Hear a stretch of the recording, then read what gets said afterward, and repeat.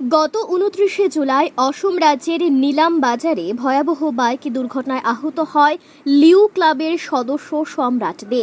উক্ত বিষয় নিয়ে কৈলাসহরের লায়ন্স ক্লাব ও লিউ ক্লাব কর্তৃপক্ষ এক সাংবাদিক সম্মেলন করেন।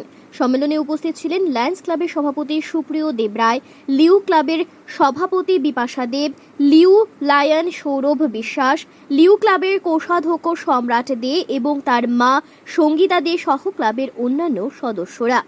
বিপাশা দেব জানান, গত ২৯শে জুলাই কৈলাসহর থেকে শিলচর যাওয়ার সময় সম্রাট দে ও নীলাঞ্জন দাস দুর্ঘটনায় পড়েন। একটি ট্রাক তাদের বাইকে ধাক্কা দেয়, ফলে তারা পড়ে যায়।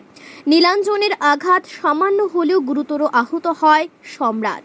সকাল 10:20 নাগাদ নিলামবাজার পিএইচসি কেন্দ্রের সামনে ঘটে এই দুর্ঘটনার পর নীলাঞ্জন কৈলাসহর লায়ন্স ক্লাবে ও লিউ ক্লাবের সদস্যদের খবর দিলে কৈলাসহর থেকে তড়িঘড়ি করিমগঞ্জ লায়ন্স ক্লাবকে খবর দেওয়া হয়। করিমগঞ্জ লায়ন্স ক্লাবের সদস্যরা সম্রাটকে করিমগঞ্জ সিভিল হাসপাতালে ভর্তি করালে তার আঘাত গুরুতর হওয়ায় সেখানে প্রাথমিক চিকিৎসার পর উন্নত চিকিৎসার জন্য শিলচরে স্থানান্তরিত করা হয়। শিলচর থেকে পরিবারের লোক কিংবা কৈলাসহর লায়ন্স ও লিউ ক্লাবের সদস্যরা শিলচর পৌঁছানোর আগেই শিলচর লায়ন্স ক্লাবের সদস্যরা শিলচর মেডিকেল হাসপাতালে সম্রাটের চিকিৎসা শুরু করান। ছেলের দুর্ঘটনার খবর পেয়ে কৈলাসহর থেকে সম্রাটের মা সহ শিলচরে যান কৈলাসহর লিউ ক্লাবের সদস্যরা।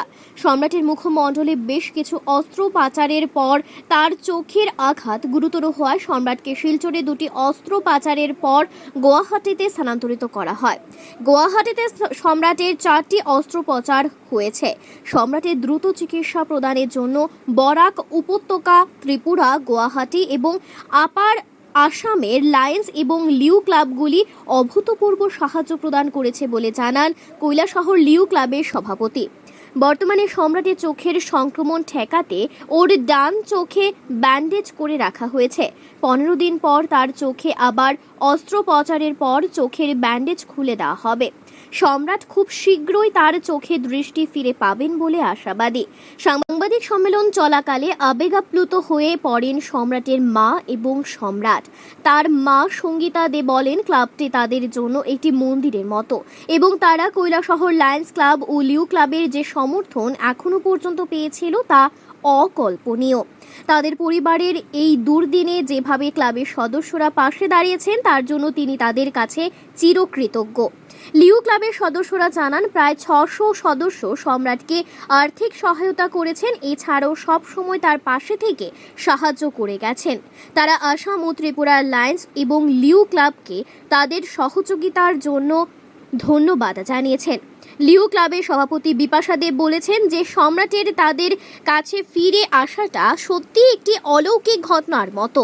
সবশেষে তিনি শহরের যুবদের লিউ ক্লাবে যোগদানের জন্য আবেদন রাখেন। Bureau report, Tripura news Bangla. Club বলে পরিচয় দেব না, আমার জন্য ওটা মন্দির। সবাইকে আমার ছেলের তরফ থেকে সবাইকে ছোটদের স্নেহ মমতা, বড়দের প্রণাম।